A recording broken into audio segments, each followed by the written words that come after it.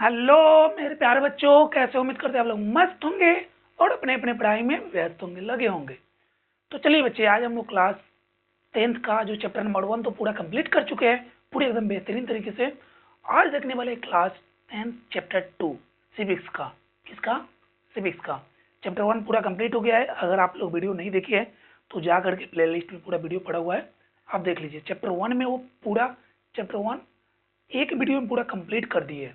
ये जो चैप्टर 2 है वो थोड़ा बड़ा है, चैप्टर 1 से थोड़ा बड़ा है, तो इसका चैप्टर 1 का चैप्टर 1 का तो हो गया एक वीडियो, चैप्टर 2 का 2 वीडियो बनेगा। वीडियो एक, ये जो फर्स्ट वीडियो है, इसके आगे वाला जो आएगा वीडियो, सेकेंड वीडियो, उसमें पूरा खत्म हो जाएगा। और दूसरा, इसका जो हम यहाँ पढ़ा रहे हैं उसका आप लोग प्रयास कीजिए कि नोट्स बना लेंगे। नोट्स बनाए, जो टॉपिक हम यहाँ पे लिखते हैं और आपको एक्सप्लेन करके समझाते हैं, तो प्रयास करना है जो टॉपिक हम लिख रहे हैं उस टॉपिक को अपने कॉपी में नोट कर लेना है। और टॉपिक जैसे खत्म हो जा रहा है तो वीडियो को पॉज करके वहीं पर रोक करके और पूरा उसका डिफिनीशन लिखना है, उस टॉपिक से रिलेटेड जो भी आपको हम बताए हैं। ठीक है, हम इतना आपको अलग से स्पेशल अलग से छांट करके बताते हैं क्लास में कि आपको PY की जो प्रीवियस ईयर्स क्वेश्चन है, पिछले साल पूछा हुआ है, वो आपके देखने की कोई आवश्यकता नहीं है। ये पूरा देख करके, पूरा एनालाइज करके हम यहाँ पे आपको पढ़ाते हैं, ताकि आपको पूरा उतना अधिक मेहनत करने की कोई आवश्यकता नहीं है। तो चलिए, बात को अधिक नहीं बनाते हुए अपने क्लास को शुरू करते हैं। बाबू, ये जो चैप्टर है चैप्टर 1 से जुड़ा हुआ है। अगर आप चैप्टर 1 नहीं देखे हैं या नहीं पढ़े हैं तो प्रयास कीजिए कि एक बार उस वीडियो को देख लेने का या एक बार पढ़ लेने के लिए। क्योंकि चैप्टर 1 में था कि लोकतंत्र में सत्ता में साझेदारी। क्या था बाबू? लोकतंत्र में सत्ता में साझेदारी। अब ये जो चैप्टर है, ये लोकतंत्र में सत्ता में साझेदारी का कार्य प्रणाली, यानी कि जो चैप्टर 1 था उसमें तो हम सत्ता में साझेदारी देखे थे कि किस तरह से पावर को आपस में लोग मारते हैं। अब इसमें देखेंगे, चैप्टर 2 में देखेंगे कि जो पावर आपस में बढ़ जाती है, तो बढ़ने के बाद में किस तरह से हमारी सरकार, जो हमारी अन्य जो नेता लोग होते हैं, वो कैसे काम को करती है। तो चलिए शुरू करते हैं बाबू। चैप्टर जो ये ना हमारे चैप्टर 2 है सिविक्स का, चैप्टर 2 जिसका नाम है लोकतंत्र में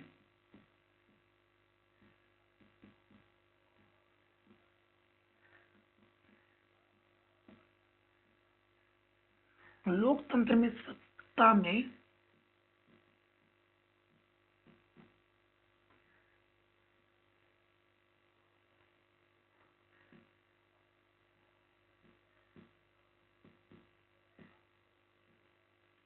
साझेदारी का कार्य प्रणाली।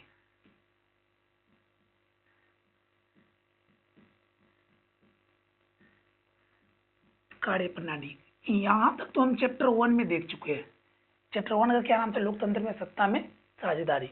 बस चैप्टर 2 में ये जोड़ दिया है कि इसमें कार्य प्रणाली दे दिया है, यानी कि किस तरह से सरकार लोग मिलकर के काम करती है, कैसे जो बाकी लोग नेता होते हैं वो किस तरह से काम को संचालन करती है या काम को करती है। ठीक, तो ये जो कार्य प्रणाली है, कार्य प्रणाली के बारे में इसमें पढ़ेंगे। सबसे पहले एक बार रिकॉल कर लेते हैं। चैप्टर 1 में हम देखे थे सत्ता में साझेदारी, यानी सत्ता में साझेदारी क्या होता है, कैसे होता है, यानी कि काम को जब आपस में बांट कर काम को किया जाता है तो उसी को हम क्या बोलते हैं? सत्ता में साझेदारी। यानी जो पावर था, जो हमारे पास में शक्ति थी, उस शक्ति को बांट लिए और दोनों को ही आपस में काम करने लगे। ठीक, अब वो जो शक्ति हम आपस में बांट लिए, तब क्या काम हम करेंगे?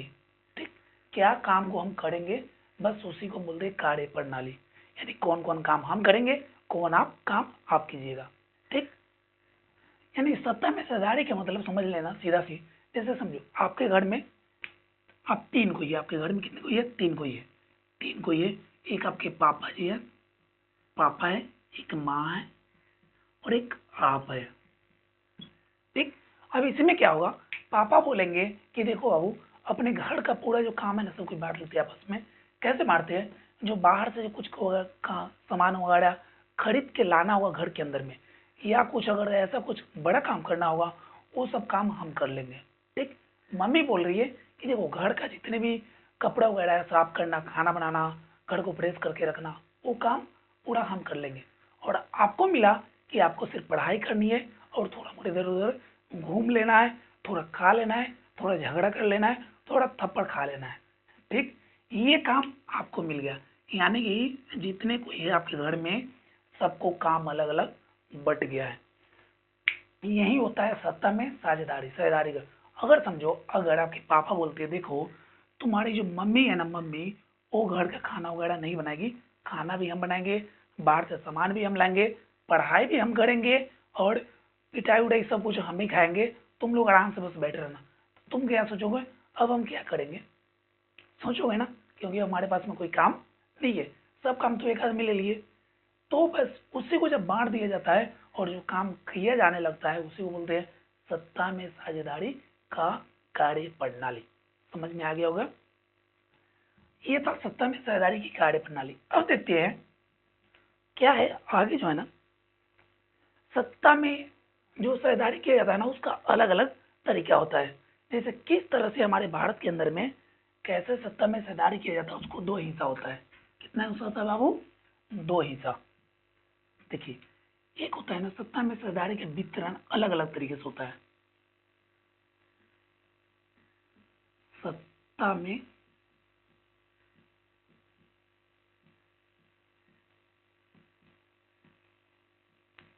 साझेदारी, या फिर सीधा इसको हम लिख सकते हैं सत्ता में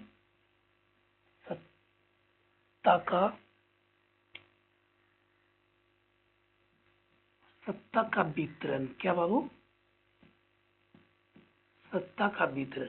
सत्ता का जो वितरण होता है ना बुआ, वो दो प्रकार से होता है अलग अलग से। एक होता है ना क्षैतिज वितरण होता है। क्या होता है बाबू, एक होता है क्षैतिज वितरण,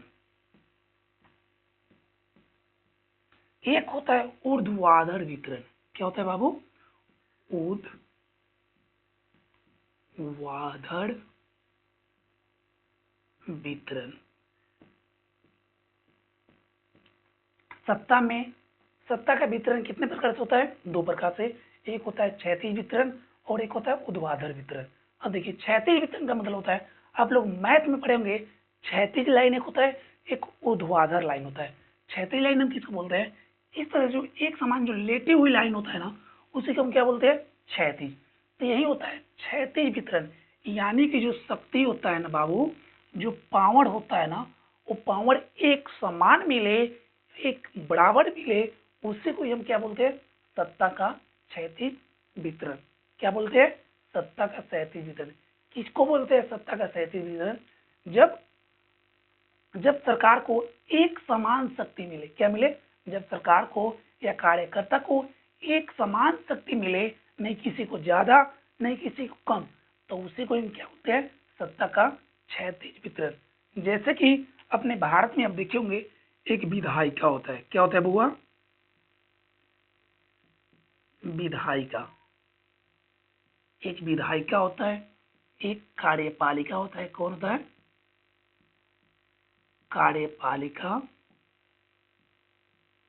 और एक होते हैं न्यायपालिका। कौन होते हैं बाबू,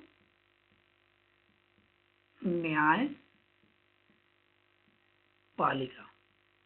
ये क्या हो गया, सत्ता का क्षैतिज वितरण। यानी कि इन तीनों जो संगठन है ना बुआ, इन तीनों अंग को एक समान शक्ति मिला हुआ है। ऐसा नहीं है कार्यपालिका को अधिक शक्ति है और न्यायपालिका को कम शक्ति है। समझो एक बात और, आखिर ये होता क्या क्या है, ये क्या है, विधायिका। एक बुआ ध्यान से, क्योंकि विधायिका क्या होता है ना, एक बार हम क्लास में पढ़ा रहे थे और क्लास में पूछे वो विधायिका क्या होता है, तो क्या बोल रहा है सर, पता है विधायक जो होता है ना, कौन वो, हाँ विधायक। विधायक जो आप पढ़ाए हैं ना संसद के अंदर, विधानमंडल के अंदर में विधायक, उसी की पत्नी को ही हम क्या बोलते हैं, विधायिका बोलते हैं। उसी की पत्नी को क्या बोलते हैं, विधायिका बोलते हैं। ये बात नहीं बोलना है, विधायिका हम उसको बोलते हैं जो कानून का निर्माण करे। क्या करे बाबू, कानून का निर्माण करे, कानून का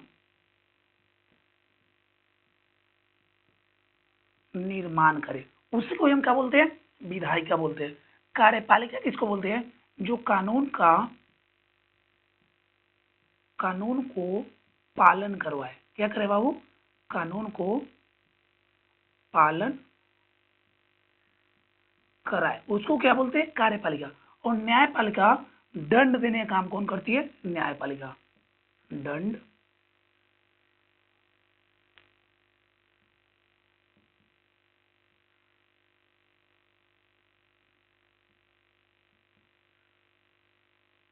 दंड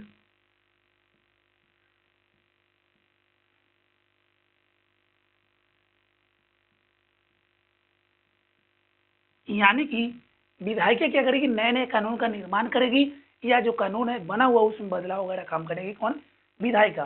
कार्यपालिका जो विधायिका ने जो नियम बना दिया उसका पालन करवाएगी, सबको बोलेगी ये ऐसे करो ऐसे करो ऐसे करो, उसका पालन करवाएगी। न्यायपालिका अगर जो उस कानून को जो नहीं मान रहा है उसको क्या करेगी, दंड देने का काम करेगी।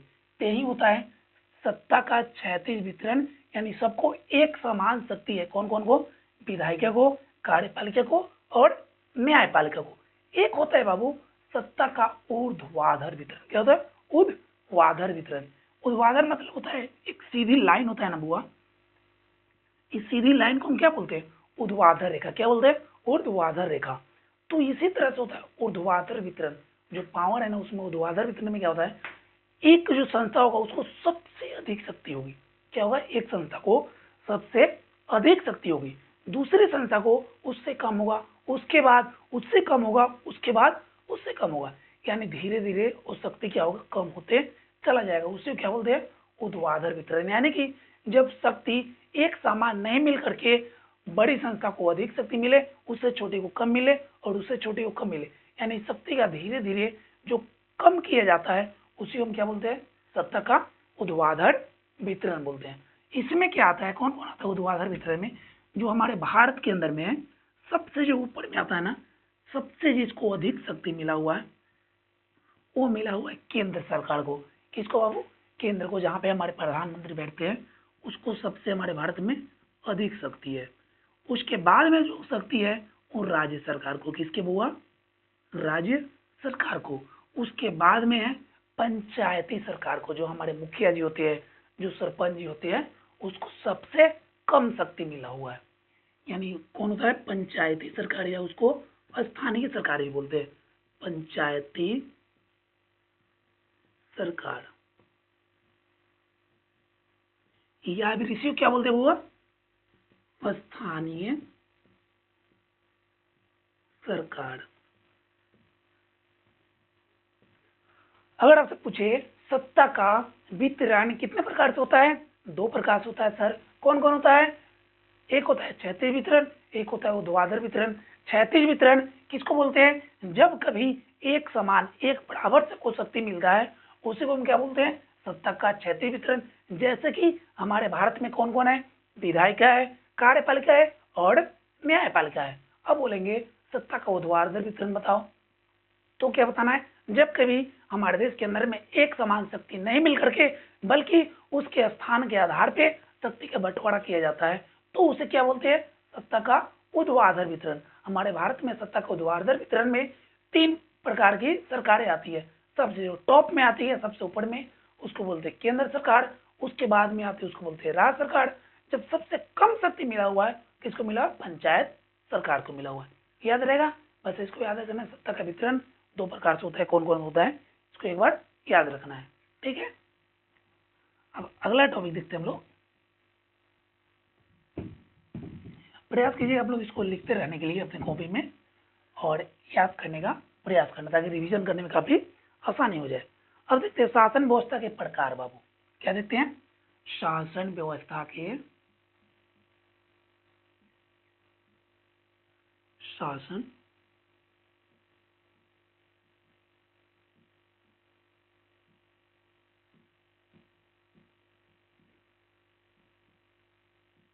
शासन व्यवस्था के प्रकार।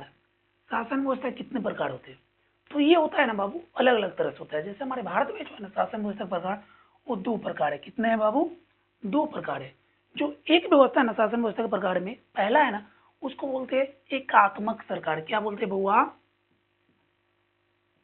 एकात्मक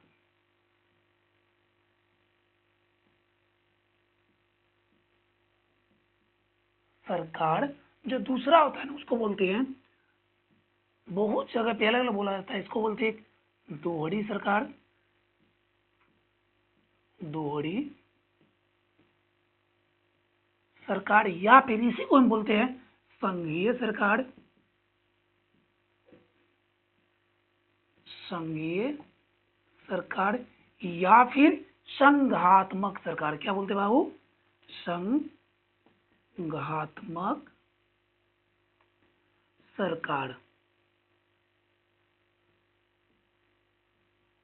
यानी कितने प्रकार की होती है ये दोहरी सरकार? 3 प्रकार की होती है। एक उसका नाम बोलते हैं दोहरी सरकार बोल सकते हैं, या फिर संघीय सरकार बोल सकते हैं, या फिर संघात्मक सरकार बोलते हैं। एक होता है एकात्मक सरकार। ठीक, अगर आपसे पूछे शासन व्यवस्था कितने प्रकार होते हैं? 2 प्रकार होते हैं सर। कौन कौन होता है? एक होता है एकात्मक सरकार, एक होता है दोहरी सरकार। दोहरी सरकार को और किस नाम से जानते हैं बुआ? तो एक जानते हैं संघीय शासन व्यवस्था, एक जानते हैं संघात्मक शासन व्यवस्था। ठीक, यहाँ तक समझ में आ गया। अब इसके आगे एकात्मक सरकार किसे कहते हैं? सीधी बात है, इसमें देखिए इसी के अंदर में उसका छिपा हुआ है डेफिनेशन। एकात्मक सरकार यानी कि वैसा देश जहां पे मात्र एक ही सरकार का शासन हो और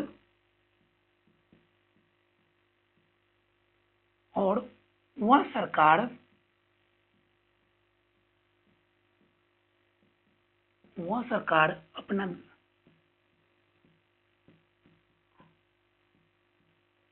अपने देश का संचालन स्वयं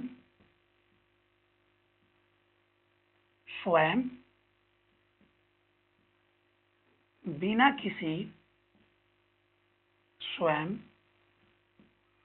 किसी अन्य संस्था के संचालन करती है, संस्था के संचालन करती है वैसे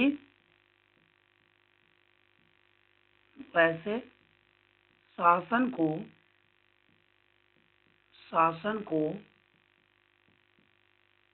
एकात्मक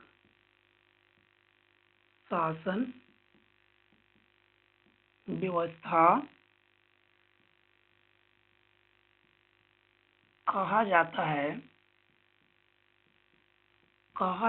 है, जो कि पैराग्राफ चेंज करके, जो कि वहां के जनता को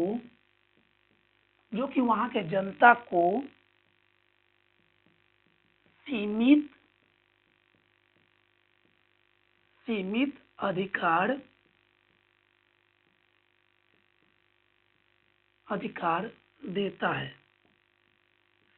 अधिकार देता है।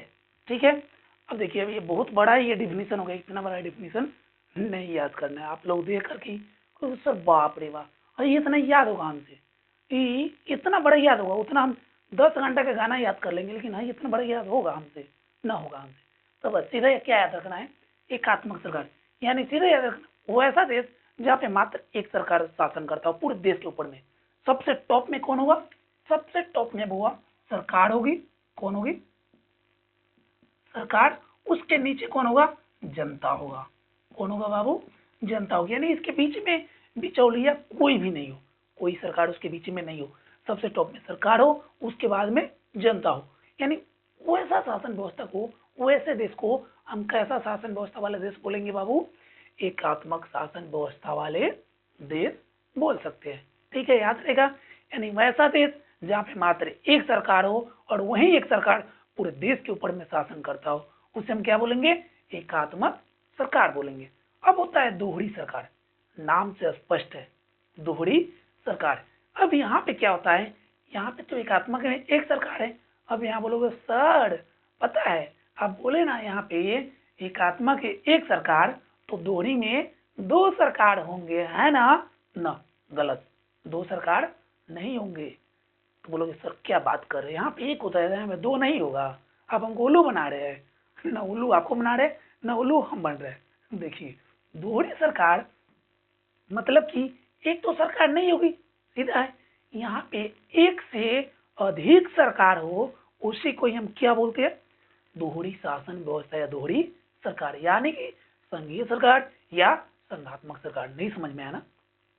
बोलोगे क्या बात करते हैं सर, हम बोले दो सरकार, आप बोले एक सरकार नहीं होगा, तो बात तो वही है ना। तो दो सरकार निश्चित नहीं होता है बाबू, दो सरकार जो होता है ना निश्चित नहीं होता है, दो सरकार निश्चित नहीं होता है, बल्कि एक से अधिक सरकार हो। क्या बोले हम, एक से अधिक सरकार हो, दो भी हो सकता है, तीन भी हो सकता है, चार भी हो सकता है, यानी कोई निश्चित यहाँ पे सरकार नहीं होगा, बस एक सरकार नहीं होना चाहिए। ठीक, अगर एक सरकार होगा तो क्या समझेंगे, वहां पे एकात्मक सरकार होगी या एकात्मक शासन व्यवस्था होगी। ठीक, तो इसी को हम बोलते हैं दोहरी शासन व्यवस्था। कैसे बताना है, वैसा देश जहां पे एक से अधिक सरकार मिलकर के अपने पूरे देश का संचालन करे, उसे हम क्या बोलते हैं, दोहरी शासन व्यवस्था या फिर संघीय सरकार या संघीय शासन व्यवस्था या फिर संघात्मक शासन व्यवस्था। ठीक है, याद रहेगा। वैसा देश जहां पे एक से अधिक सरकार मिलकर के अपने देश का संचालन करती है, उसे हम क्या बोलते हैं, दोहरी शासन व्यवस्था।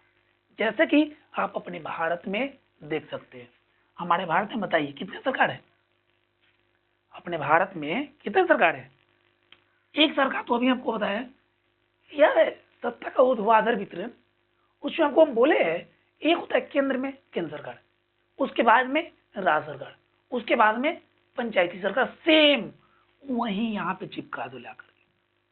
सबसे ऊपर में सर आप बताए केंद्र सरकार होती है, उसके बाद में राज्य सरकार होती है, उसके बाद में पंचायत सरकार होता है नहीं होता है, बस यही क्या हो गया, दोहरी शासन व्यवस्था हो गया। यानी कि वैसा देश या वैसा क्षेत्र जहाँ पे एक से अधिक सरकार मिल करके उस पूरे क्षेत्र का संचालन करे, उसी को हम क्या बोलते हैं, दोहरी शासन व्यवस्था बोलते हैं। उम्मीद करते हैं आप लोगों को ये टॉपिक समझ में आ गया होगा। अब हम लोग देखते हैं अगला टॉपिक। अगला टॉपिक क्या है वो देखते हैं। एक अगर आपसे पूछे बुआ, भारत में संघीय शासन व्यवस्था, भारत में संघीय शासन व्यवस्था क्या होती है, तो बता सकते हो ना। संघीय यानी एक साथ मिल करके, ये है ना संघीय सरकार। जब एक साथ मिल करके हमारे भारत सरकार में, हमारे भारत में सरकार जब काम करती है, उसी को क्या बोलते हैं, संघीय शासन व्यवस्था। लेकिन यहाँ पे थोड़ा सा अलग हो जाती है बुआ, हमारे भारत में ना संघीय शासन व्यवस्था में थोड़ा सा चेंज हो जाता है। क्या होता है देखते हैं। भारत में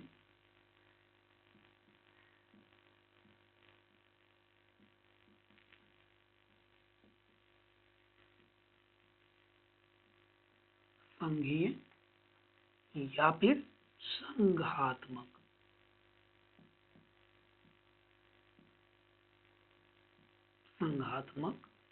सरकार।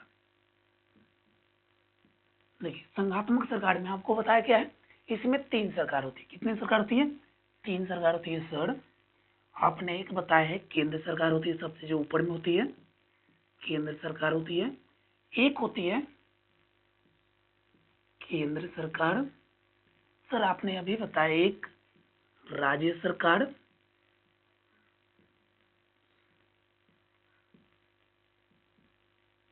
राज्य सरकार, और एक सर आपने क्या बताया है, पंचायत सरकार,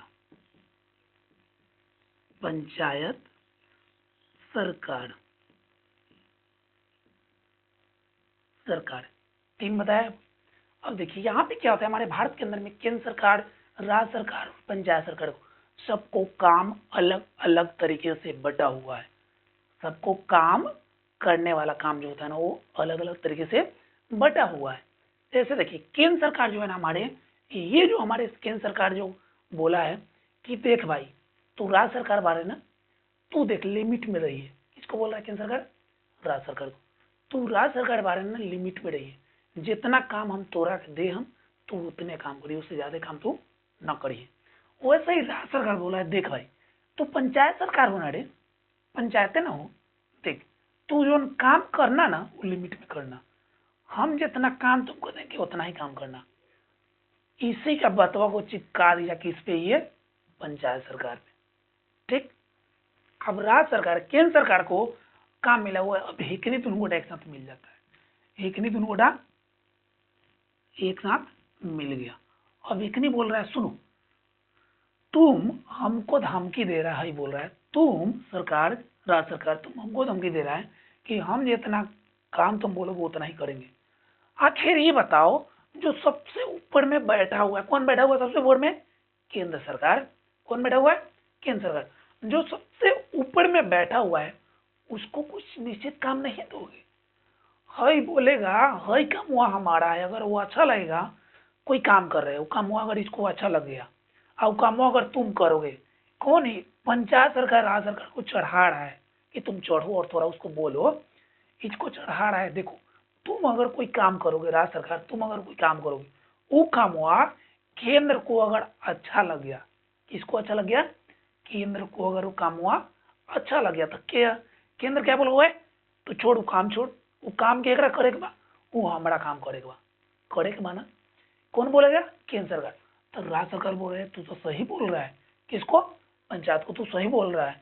हो सकता है केंद्र बोलेगा कि ये काम हुआ हमारा करने वाला था, तू कैसे कर लिया, अब उस समय क्या करेगा? काम हुआ हमारा रद्द कर देगा।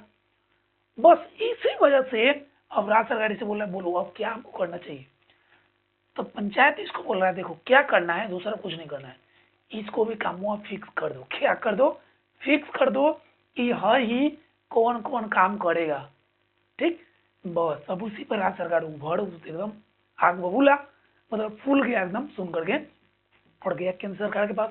बोला सुन सरकार तुमको जो काम मिला है ना, तुम जो हमको काम दिया है ठीक है, तो काम हम करेंगे। कौन गारंटी तू बाद में चल करके बोलेगा कि काम वो तुम्हारा करने वाला था, अगर वो काम वो अच्छा हुआ था क्या बोलेगा तुम? ये काम वो हम करेंगे। तुमको भी काम निश्चित होना चाहिए भाई, वो हम ना सुनते हैं। पहले लिखो एकदम, बुलाओ सबको, बैठक बुलाओ, बैठो सबको एक साथ में और लिखते हैं कि क्या काम तुम करोगे और क्या काम हम करेंगे। अब भाई एकदम फिक्स आई तो सोच लिया केंद्र सरकार की बाप रे बड़ी दिमाग चला रही। उसी टाइम में काम फिक्स हो गया और लिखा गया एक किताब के अंदर में, किताब बुलवाया गया और उस किताब को नाम रखा गया संघ सूची। क्या रखा गया बाबू? संघ सूची। अब संघ सूची में जितना काम वो लिखाएगा उसी पे ही मात्र केंद्र सरकार काम करेगी। ठीक, अब बोला गया देख तोरो तो काम निश्चित हो जाए, तो हाँ ठीक बा लिख दो, हमरो काम लिख दो। कौन बोल रहा है? राज्य सरकार। तो राज्य सरकार के लिए अलग एक किताब बनाया गया जिसको बोलते हैं हम लोग राज्य सूची। क्या बोलते हैं? राज्य सूची। राज्य सूची इसके लिए बन गया। अब हुआ कि ठीक है राज्य सूची में जितना काम लिखा है ना वो राज्य सरकार करेगी, संघ सूची में जितना काम लिखा है वो कौन करेगी? केंद्र सरकार करेगी। काम फिक्स हो गया, पूरा लिखा गया एकदम, काम एकदम निश्चित। एक बात और इसमें याद रखना, संघ सूची के अंदर में जो संघ सूची में काम लिखा हुआ है ना, टोटल 97 काम लिखा हुआ है। कितना काम लिखा हुआ? 97। आगे पीछे होता रहता है, पहले इसमें 100 था लेकिन अब 97 हो गया है। इसमें जो राज्य सरकार में लिखा हुआ है ना वो टोटल 61 काम लिखा हुआ है। कितना काम हुआ? 61। आपको ये डाटा याद बिल्कुल नहीं करना है। ठीक, यहाँ पे 61 काम लिखा हुआ है, ये इतना काम करता है। अब हुआ किताब उताब बन गया, सब कुछ लिखा गया। अब केंद्र सरकार सोचता है, कौन सोचता है? केंद्र सरकार, कि देख भाई काम तो बट ये काम लिखा गया, लेकिन कुछ ऐसा काम है जो काम तुमको भी करना है और हमको भी करना है। जो काम तुमको यानी राज्य सरकार तुमको भी करना है और वही काम हुआ हमको भी करना है, तो वो काम हुआ पे नियम कौन बनाएगा? दोनों बनाएंगे। तब बस यही हुआ, वो ऐसा कोई काम हो जिसमें हम लोग दोनों को मिल करके काम करे, दोनों को ही हम जो काम करेंगे पूरे केंद्र लेवल पर करेंगे, जो पूरे देश में लागू होगा, और जो काम उसी से रिलेटेड होगा तुम करोगे सिर्फ तुम्हारे राज्य में लागू होगा। अगर तुम बिहार सरकार हो तो तुम सिर्फ बिहार में लागू करोगे, अगर तुम यूपी सरकार हो तो तुम इसको यूपी में मात्र लागू करोगे। ठीक, हाँ। तो राज्य सरकार बोलती है ठीक है भाई, लिख दो, वो करोगे, लिख दो, इतना कुछ लिखाइए गल बा, तो वो बना दो। तो उसके लिए एक अलग से किताब बनाया गया जिसको हम लोग बोलते हैं समवर्ती सूची। क्या बोलते हैं बाबू? समवर्ती सूची। समवर्ती सूची में दोनों सरकार मिल करके काम करेगी, दोनों सरकार उसके ऊपर में नियम बना सकती है। इस समवर्ती सूची में जो काम लिखा गया ना, वो टोटल 47 काम लिखा गया, 47 काम। कितना काम बाबू? 47 काम। अब पूछोगे सर इसमें कौन कौन काम होगा, मतलब कि इसे बताइए ना कुछ, कि दोनों सरकार उसमें काम करेगा। तो जैसे देखिए शिक्षा को लेकर के, क्या बाबू? शिक्षा। आप बताइए जो इन स्कूलों में आप पढ़ रहे हैं जाकर के, हाई स्कूल में, किसके अंदर में आता है? राज्य सरकार के अंदर में आता है। किसके में? राज्य सरकार के अंदर में आता है। एक आप लोग सुने होंगे केंद्रीय विश्वविद्यालय। क्या? केंद्रीय विश्वविद्यालय। वो किसके अंदर में आता है? केंद्र सरकार के अंदर में आता है। तो शिक्षा जो है ना, शिक्षा के ऊपर में अगर नियम बनाना हो तो राज्य सरकार ही बना सकती है और केंद्र सरकार ही बना सकती है। लेकिन सोचो अगर ऐसा कोई दिन हो जिस दिन केंद्र सरकार भी बैठ गया और राज्य सरकार भी बैठ गया, दोनों को इस शिक्षा के ऊपर में नियम बनाने लगा। सोचो अब राज्य सरकार जो नियम बनाएगी सिर्फ अपने राज्यों में लागू करेगी, लेकिन केंद्र बनाएगी वो पूरे देश भर में लागू हो जाएगा। तब उस समय अगर एक ही सूची के एक ही काम के ऊपर में दोनों को अगर मिलकर के एक बार में अगर नियम बना दे तो उस समय लागू उसी का नियम होगा जिसके पास में सबसे अधिक पावर, शक्ति होगी। तो आप बताओ शक्ति सबसे अधिक किसके पास में है? केंद्र सरकार के पास में है ना। तो फिर समवर्ती सूची में अगर दोनों सरकार एक बार एक ही नियम के ऊपर में अगर कानून बना दे तो लागू याद रखना किसका होगा उस समय? केंद्र सरकार का होगा। किसका होगा हीरो? केंद्र सरकार का होगा। ठीक, ये तो समझ में आ गया सर, इतना इतना हो गया। अब यहाँ से पंचायती राज चिल्लाता है, ओए बाबू ओए सुन ना, नीचे आना नीचे। किसको बोलता है? राज को, केंद्र को। ये बताओ तो नहीं हाई सब तो बना दिला कि राज सूची में राज काम करी, केंद्र में सूची में यानी संघ सूची में केंद्र काम करी, समवर्ती में तो नहीं दोनों गोटा कर लेबो। ठीक, अब ये बताओ कोनो अगर नया चीज अगर कोनो खोज हो जाए, क्या हो जाए? कोनो नया चीज खोज हो जाए, ऊपर कौन नियम बनाए? इसको लगा कहीं हमको मिल जाए, अगर कुछ नया खोज होता है ना तो उस पर हम नहीं वो बना लेंगे।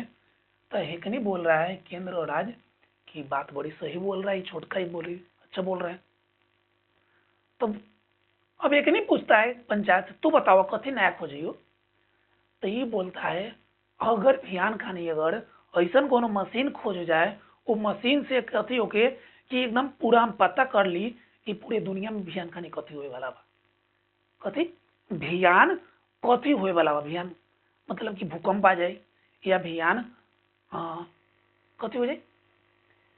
भियान कौन अमीर बन जाए, यानी कोई ऐसा नया मशीन खोज हो जाए, वो मशीनवा के ऊपर में नियमों कौन बनाएगा? अब हेकनी दोनों बड़ा पागल, बाप रे बा, तो छोटका हो के बड़ी बड़का बात बोला ही पंचायतवा। अब हुआ राज्य सरकार के अंदर में आया कि ओ अब यू इसको भी इसी में डलवा देते हैं। अब भाई बोल रहा है ना तो नहीं भागो, अलग अलग हट, पहले अलग बैठो अगर बात हो रखे हम बताए। अब केंद्र सरकार ने दोनों गोड़ा के अलग धकेल दिया। अब बोला जो नया चीज खोज होगा क्या होगा बउआ? नया नया क्या हो उसको बोले? नया मशीन, मशीन का आविष्कार।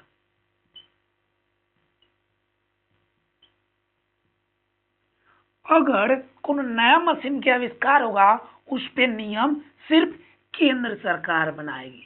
ये बात कौन बोल रहा है? केंद्र सरकार ही बोल रहा है। अगर कोनो नया मशीन का अगर आविष्कार होगा या नया मशीन खोजा जाएगा या कुछ भी नया बने जो न राज सूची में हो, न सम सूची में हो और न ही समवर्ती सूची में हो, तो वो किस में आएगा? वो राज केंद्र के अंदर में आएगा। किसके अंदर में? केंद्र के अंदर में। तो उसका कहाँ पे लिखा जाएगा? तो उसको लिखा जाता है अपशिष्ट सूची में। कहाँ हुआ? अपशिष्ट सूची में लिखा जाता है। कहाँ लिखा जाता है हीरो? अपशिष्ट सूची में लिखा जाता है। याद रहेगा। सूची कितने प्रकार के? 4 प्रकार के। पहला संघ सूची, नियम कौन बनाएगा? केंद्र बनाएगा। दूसरा राज सूची, इस पे नियम कौन बनाएगा? राज बनाएगा। तीसरा समवर्ती सूची, इस पे कौन बनाएगा? केंद्र भी बनाएगा और राज भी बनाएगा। चौथा अपशिष्ट सूची, जिसका खोज अभी ना हुआ है लेकिन आने वाले समय में खोज उसका हो जाए, उस पे नियम कौन बनाएगा? तो उस पे केंद्र सरकार बनाएगा। कौन बनाएगा? केंद्र सरकार बनाएगा। याद रहेगा। उम्मीद करते पूरा आपको अच्छी तरह से याद होगा, पूरा क्लियर होगा। चलिए अब नेक्स्ट टॉपिक देखते हैं। नेक्स्ट टॉपिक क्या है? नेक्स्ट टॉपिक में क्या आने वाला है?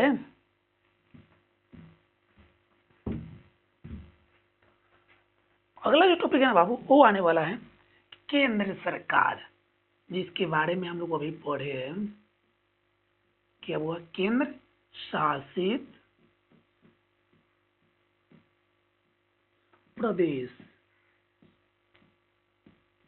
क्या हीरो? केंद्र शासित प्रदेश। अगला जो है ना उसको क्या बोलते हैं? केंद्र शासित प्रदेश। अगला हमारा टॉपिक है। अब देखो केंद्र शासित प्रदेश क्या होता है। सोचो, इसी के अंदर में देखो नाम इसी में छुपा हुआ है। नाम में सब कुछ छुपा होता है। देखो पहला कथी लिखा हुआ है? केंद्र। केंद्र मतलब सबसे पावरफुल, सबसे अधिक शक्तिशाली। केंद्र शासित यानी शासन करना। क्या करना बाबू? शासन करना। प्रदेश यानी बहुत दूर हो। क्या हो? प्रदेश यानी बहुत दूर हो। परदेसी पियावा, गाना सुने है ना, बस वही है। यानी प्रदेश यानी बहुत दूर चला गया। बस केंद्र शासित यानी शासन करने वाला प्रदेश हो यानी बहुत दूर हो, जिसके ऊपर में कौन शासन करता है? केंद्र करता है। कौन करता है? केंद्र करता है। शासन दूर के, बहुत दूर के, बहुत दूर है, उसके ऊपर में शासन कौन करता है? केंद्र करता है। उसी को ही बोलते हैं केंद्र शासित प्रदेश। समझ में नहीं आया? कोई बात नहीं, देखो कैसे समझना है। कोनो ऐसा जगह है, कथी है? हर जगह है कोनो, ठीक ना बाबू? हिंदी ना, देखो कुछ मैप बना देते हैं। हाँ, ये अपना भारत है। क्या है बाबू? हीरो, ये अपना भारत है। लग रहा है ना भारत? ये बांग्लादेश है, जो बांग्लादेश है, बंगाल की खाड़ी, ठीक। हाँ, ये अपना भारत है। यहाँ पे एक राज्य है जिसको हम लोग बोलते हैं अंडमान एवं निकोबार द्वीप समूह। क्या बोलते हैं हीरो? अंडमान निकोबार द्वीप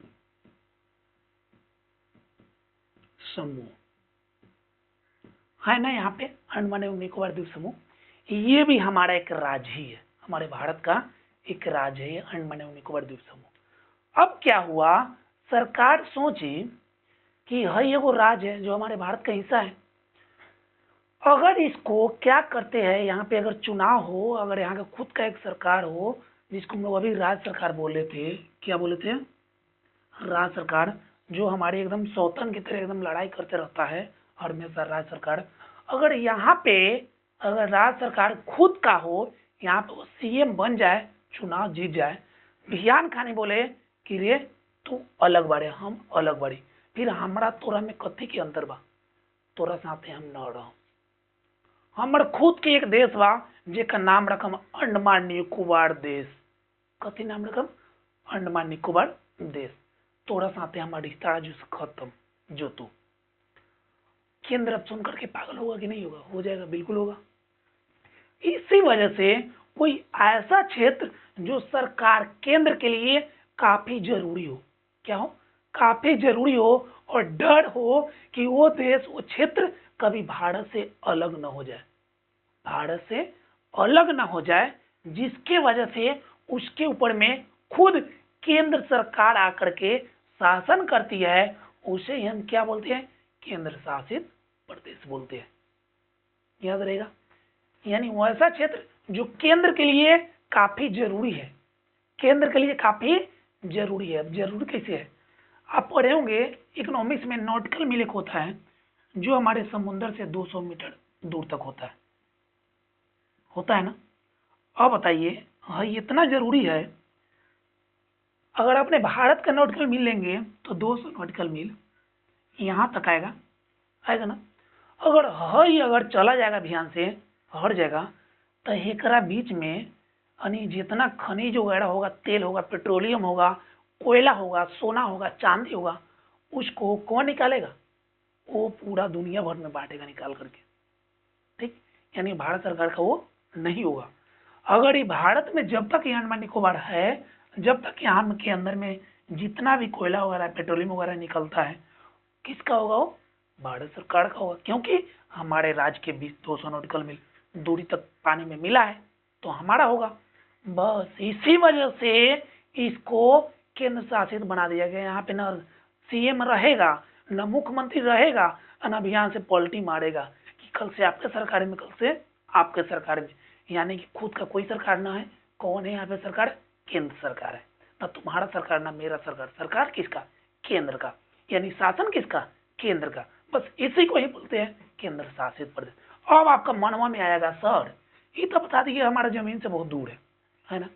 एक यहीं पे एक और है लक्षद्वीप, इसका भी कहानी सेम वही होगा, ये भी अलग है, लेकिन यहाँ पे एक जगह है पुडुचेरी, दूसरा यहाँ पे दमन एवं दीव है ना, दमन एवं दीव, चंडीगढ़ ऊपर में, दिल्ली।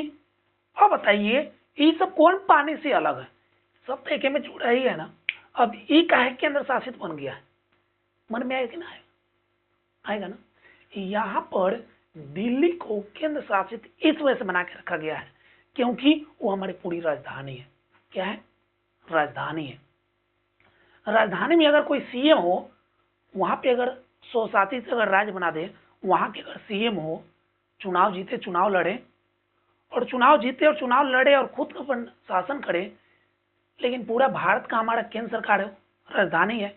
बिहार अगर विदेश का कोई प्रधानमंत्री आता है हमारे भारत में घूमने के लिए, अब क्या हो, उसी समय जो हमारे दिल्ली में जो सरकार है, वो सरकार बोले कि हम आज हमारे राज्य के अंदर में आप प्रवेश न कीजिए। किसको बोल दे, केंद्र को बोल दे।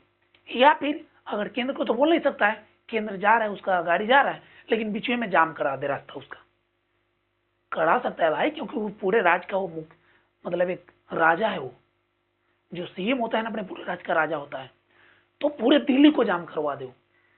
अब जो विदेश से जो मंत्री आया हुआ है, जो नेता आया हुआ है, उसके नजर में जो हमारे प्रधानमंत्री है, उसका कैसा चेहरा बनेगा, कि बकलोल राजा है, बकलोल प्रधानमंत्री है, इसके अंदर में तो इसके वो राज न रहता है, बनेगा कि ना बनेगा। इसी वजह से दिल्ली को ही क्या बना दिया गया, केंद्र शासित, यानी कुछ पर किसका शासन होगा, तो केंद्र सरकार की होगी, जो हमारे सबसे ऊपर में सरकार होती है, उसका शासन किसका होगा, दिल्ली में होगा। अब आपके मन में आ रहा होगा सर आप गलत बता रहे हैं। क्यों गलत बता रहे हैं, क्योंकि अभी हम कुछ दिन पहले सुने थे दिल्ली के अंदर में एक आम आदमी पार्टी थी, आप करके एक आप पार्टी थी, उस पार्टी ने दिल्ली में शासन किया और वहां पे मुख्यमंत्री बन गया, अभी भी वहां पे मुख्यमंत्री है ना। अभी आप क्या बोले, केंद्र शासित प्रदेश में मुख्यमंत्री नहीं होता है, लेकिन यहाँ पे कैसे मुख्यमंत्री है, तो यहाँ पे मुख्यमंत्री इस वजह से बनाया गया है क्योंकि ये राजधानी क्षेत्र है, और सरकार ही अपना राज्य की राजधानी जांच वगैरह करने लगे, देख रेख में लग जाए, तो बाकी देश कौन देख रेख करेगा। इसी की वजह से वहां पे एक अलग छोटा सा सरकार बना दिया गया कि अब बनिए अब सरकार, लेकिन उसके पास में उतना पावर नहीं है जितना पावर हमारे नीतीश जी के पास में बिहार में, या फिर हमारे योगी जी के पास में है यूपी में। यानी बाकी राज्यों के मुख्यमंत्री में जितना पावर है उतना पावर दिल्ली की सरकार के अंदर में नहीं होगा, उतना पावर दिल्ली की सरकार के अंदर में नहीं होगा। ठीक, याद रहेगा। केंद्र शासित प्रदेश अब अच्छी तरह से समझ होंगे। सीधा अगर पूछे केंद्र शासित प्रदेश किसे बोलते हैं तो सीधा से बताना है कि वैसा क्षेत्र जो भारत के लिए, भारत के दृष्टिकोण से काफी महत्वपूर्ण हो और उसके ऊपर में कोई अलग सरकार नहीं हो करके बल्कि स्वयं केंद्र सरकार जब उस क्षेत्र के ऊपर में शासन करती है तो उसी को हम क्या बोलते हैं, केंद्र शासित प्रदेश बोलते हैं। याद हो गया। अगला चलिए अगला देखते हैं हम लोग। अगला जो टॉपिक है वो टॉपिक काफी एकदम अलग है। अगला टॉपिक है बाबू संसद। क्या है? संसद। संसद क्या होता है? ठीक, संसद सीधे याद रखना है, संसद एक घर है। क्या हुआ? संसद एक घर है। अब बोलोगे सर कति बनाए हैं? तो घर बनाए हैं। क्या बनाए हैं? घर बनाए हैं, हाई द्वार बनाए हैं, इसके अंदर से प्रवेश करो जाकर। अब जैसे ही घर है, घर का पूरा नाम रखा गया इस घर का संसद। क्या रखा गया है? संसद। पूरे घर का नाम संसद है। ये बताओ आपके घर में क्या कोई एक ही कमरा है? कमरा एक है? नहीं, बहुत सारे कमरा होगा। उसी तरह से इस संसद के अंदर में अलग अलग तरीके से कमरा बनाया गया। मुख्य रूप से इसके अंदर में 2 कमरे हैं। कितने कमरे हैं? 2 कमरे हैं। एक को हम लोग बोलते हैं लोकसभा बोलते हैं। क्या बोलते हैं? लोकसभा। दूसरे कमरे को हम लोग बोलते हैं राज्यसभा। संसद हो गया। संसद को यार पूरे घर है। संसद के अंदर में 2 कमरे हैं, 2 रूम है। एक रूम को बोलते हैं लोकसभा, दूसरे रूम को बोलते हैं राज्यसभा। क्या है? लोकसभा और राज्यसभा। अब क्या होती है, जितने भी पूरे देश से हमारे सांसद का चुनाव होता है, जो हमारे सांसद चुने जाते हैं वो लोग जाकर के संसद के अंदर में बैठते हैं। यानी क्या आपको याद रखना है, संसद के अंदर में बैठने वाले लोग को क्या बोलते हैं?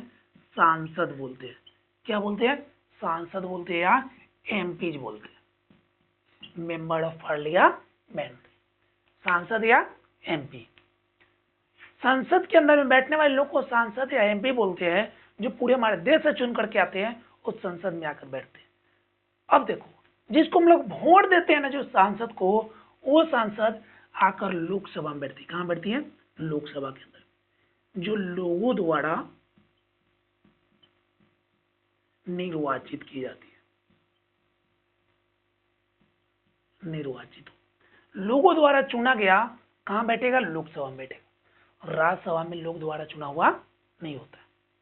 लोकसभा में ये बताओ, आपके घर में बैठने के लिए या आपके घर में कुछ स्पेस होगा एक रूम के अंदर में, उसमें फिक्स होगा। अगर हम इसमें कुर्सी अगर लगा के रख रहे हैं पूरे कमरे के अंदर में, तो कितना कुर्सी आ सकता है? होगा नहीं होगा? ज्यादा से 40 आ जाए। कितना आ जाए? 40 है, या फिर हो सकता है 50 है, या फिर 55 है। यानी फिक्स हो गया, नहीं होगा कितना कुर्सी आएगा। उसी तरह से लोकसभा में सीटों की संख्या फिक्स है। कितना है? फिक्स है। अभी अगर पूछो वर्तमान में लोकसभा में कितना सीट है, कितना कुर्सी है, तो अभी 543। कितना हीरो? 543 कुर्सी है। यानी कि अब सांसद में कितना होगा? 543 जो कुर्सियां है, तो लूटे के बात छोड़ी कौन हो कि सर एगो कुर्सियां खाली रह गया, 43 को 42 को लोग हुआ है, तो नीचे से सोचेगा रे 42 को है, एगो खाली है। आई लूटने वाला सबसे बड़का तो सीट है, जहाँ पूरा देश में लूटना ही लूट है। चलो लूटना है तो हम भी लूट ले, और एगो सीटों के लिए मारा मारी हो जाएगा कि हम बैठेंगे हम बैठेंगे, तो उसके लिए भी चुनाव होगा। यानी सीट खाली यहाँ पे एक वो न रखता है, सबको यहाँ पे आके रखता है कि हमारी सीट है हमारी सीट। और वही सीटों को बचावे ला वो कितना कोशिश करता है, कितना झूठो बोलता है पापी सब। यानी आपसे पूछे कि हमारे संसद के अंदर में 2 कमरे हैं, एक कमरे को लोकसभा बोलते हैं। लोकसभा में जो लोगों द्वारा चुना गया सांसद होते हैं, लोकसभा में बैठते हैं। लोकसभा में टोटल सीट 543 है। ठीक, याद रहेगा। एक होता है राज्यसभा। राज्यसभा में सीटों की संख्या फिक्स नहीं होती है। यहाँ पे जो निर्भर करता है ना लोकसभा के अपेक्षा यहाँ पे निर्भर करता है। लोकसभा में घटेगा तो यहाँ पर भी घटेगा, लोकसभा में बढ़ेगा तो यहाँ पर भी बढ़ जाएगा। ठीक है हीरो। अब देखिए संसद क्या काम करती है, संसद क्या काम करती है। तो संसद अपने पूरे देश का अच्छी तरह से संचालन करने के लिए, अच्छी तरह से व्यवस्थित रूप से चलाने के लिए नए नियम बनाने का काम करती है संसद। यानी जो घर है ना वो काम करती है, घरवा काम ना करती है बाबू। उसके अंदर जो बैठने वाले सांसद है वो बनाते हैं। ठीक, हम लोग पढ़े हैं अभी थोड़ी देर पहले विधायिका, विधायक की पत्नी विधायिका, इसी को ही हम बोलते हैं विधायिका। क्या बोलते हैं? विधायिका। एक होता है राज्य के अंदर में वो अलग होता है, पूरे केंद्र में विधायिका, इसको हम लोग विधायिका ही बोलते हैं। जो नए कानून का निर्माण करे, नए कानून को बनाए और पूरे देश में उसको लागू करे। ठीक, याद रहेगा। संसद, सांसद, संसद के अंदर बैठने वाले लोगों को क्या बोलते हैं? सांसद। लोकसभा में भी सांसद ही बैठता है, राज्यसभा में भी सांसद ही बैठता है। ठीक है हीरो, चलिए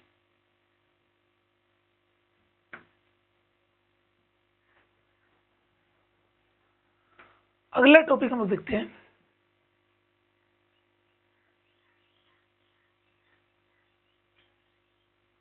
संघीय शासन में केंद्र सरकार की शक्ति। अब देखिए केंद्र सरकार की शक्ति क्या क्या होती है, केंद्र सरकार क्या क्या काम कर सकती है, क्या काम करेगी, वो सब क्या होता है? बटा होता है। तो वही काम जो हम शक्तियां देखे थे ना, संघ सूची, राज सूची, उसी में बटा हुआ है कौन कौन काम किस तरह से किया जाता है। अगला हमारा टॉपिक है केंद्र राज्य संबंध। ये काफी भयंकर है।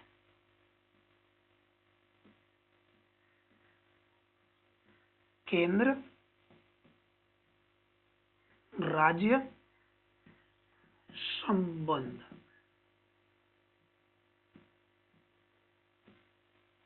केंद्र राज्य संबंध।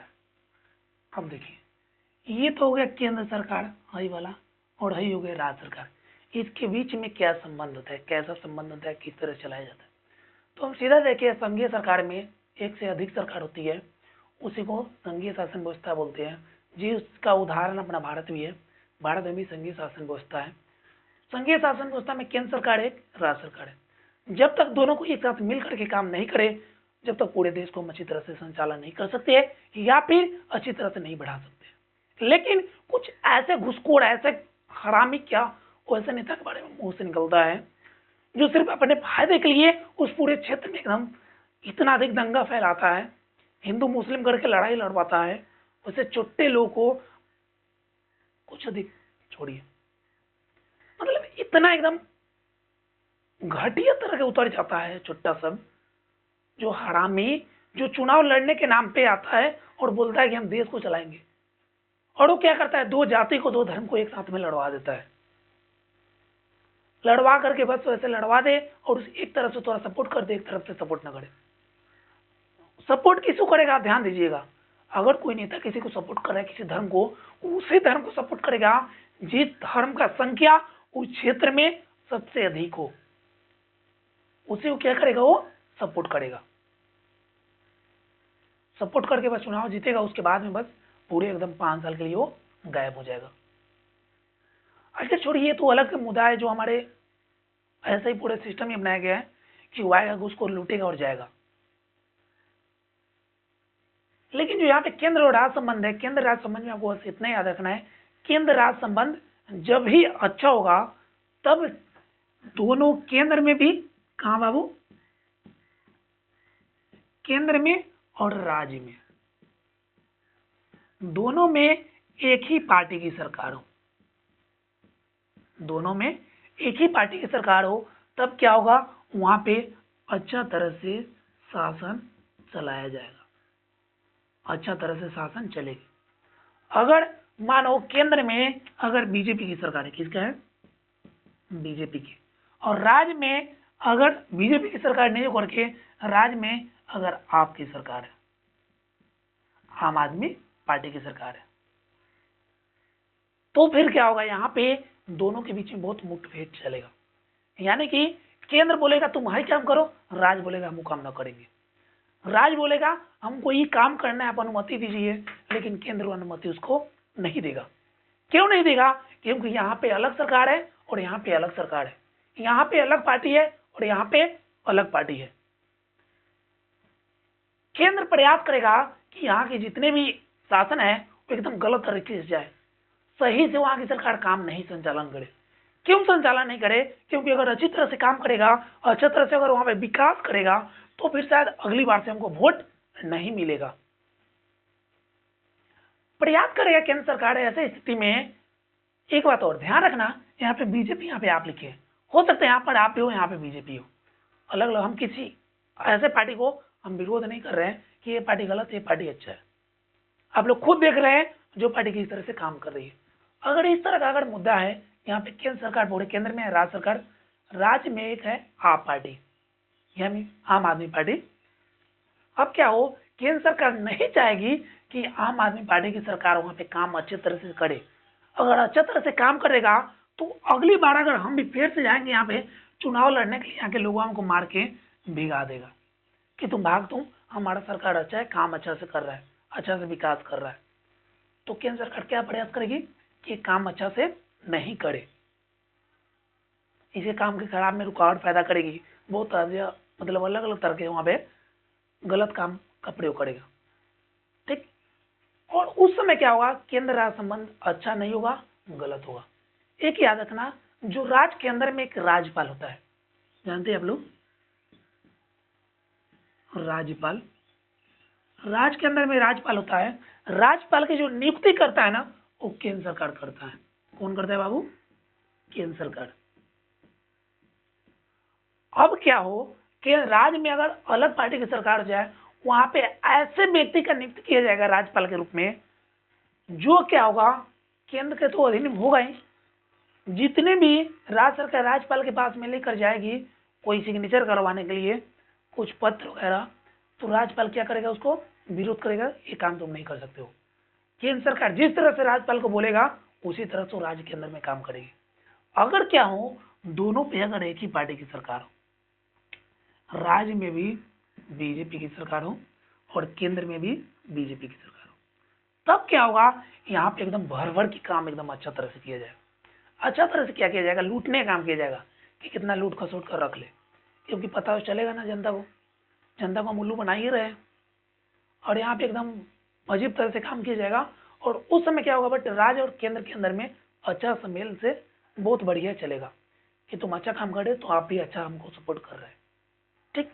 तो याद रखना, केंद्र राज्य संबंध जब भी अच्छा होगा तब दोनों के अंदर में एक पार्टी की सरकार हो, अन्यथा अगर दोनों के अंदर में अगर अलग अलग पार्टी की सरकार होती है तो उस समय केंद्र और राज्य के बीच में टकराव पैदा शुरू हो जाता है। ठीक। अगला टॉपिक है जो हम लोग का लास्ट टॉपिक होने वाला है, शायद आप लोग उब रहे होंगे आज। अगला जो टॉपिक हुआ उसका नाम है गठबंधन। क्या नाम है? गठबंधन।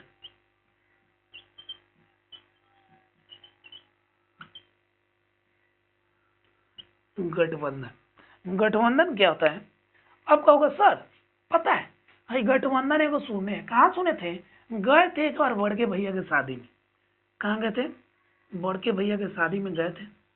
वहां पे एक आग फूंक दिया गया और हमारे भैया को इधर खड़ा कर दिया गया,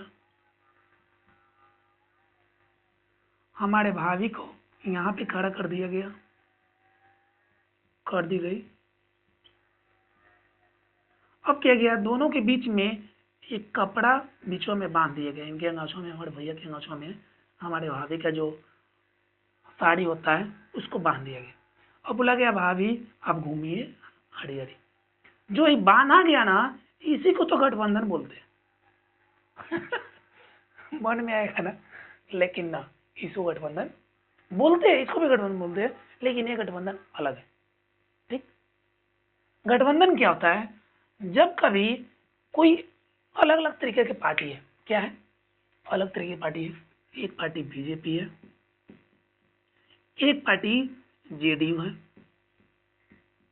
एक पार्टी आरजेडी है, एक पार्टी आप है, एक पार्टी कौन सा होगा, कांग्रेस है, कांग्रेस, इतने पार्टी है, सब कोई मिल करके चुनाव में चुनाव लड़ेंगे, सब कोई मिल करके हीरो चुनाव लड़ेंगे। चुनाव में सरकार बनाने के लिए कितना वोट चाहिए? जैसे हम अपने बिहार की बात लेते हैं, हमारे बिहार में टोटल सीट कितना है? 243 है। सरकार बनाने के लिए कितना चाहिए? 50 से एक अधिक चाहिए। 50 कितना होगा? 100 और 41 हो जाएगा। 141 नहीं होकर के अधिक चाहिए तो कितना चाहिए? 42 चाहिए। यानी सॉरी 122 सीट जिसको मिल जाएगा वो सरकार बना सकता है हमारे बिहार के अंदर में। ठीक, अब क्या होगा? बीजेपी चुनाव लड़ेगी, जेडीयू भी चुनाव लड़ेगी, आरजेडी भी चुनाव लड़ेगी। लेकिन बीजेपी चुनाव लड़ी तब बीजेपी को सीट मिला 80 को। कितना मिला? 80 को। सरकार बनने का 122 से, सरकार तो बना नहीं। जेडीयू को सर वोट मिला तो उस वोट के अंदर में जेडीयू को मिला 30 को। कितना मिला? 30 को। आरजेडी को मिला 40 को। कितना मिला? 40 को। आपको मिला 3 को। नहीं, यहाँ पे थोड़ा कम हो गया हीरो। जेडीयू को मिल जाता है, कितना मिलता है जेडीयू को? जेडीयू को मिलता है 40 को, आरजेडी को मिलता है 45 को, 40 को 45 को, आपको भी मिलता है 45 को। ठीक, 45 45 90 इधर हो गया और 120 इधर हो गया, यानी कितना हो गया? 180 हो गया टोटल। अब क्या होगा? कुछ इसको यानी इसको कुछ अलग से मिल गया, 30-40 को इसको मिलेगा। अब बताओ इसके अंदर में सरकार बनाने के लिए कितना चाहिए सीट? 122 को। कितना चाहिए? 122 को।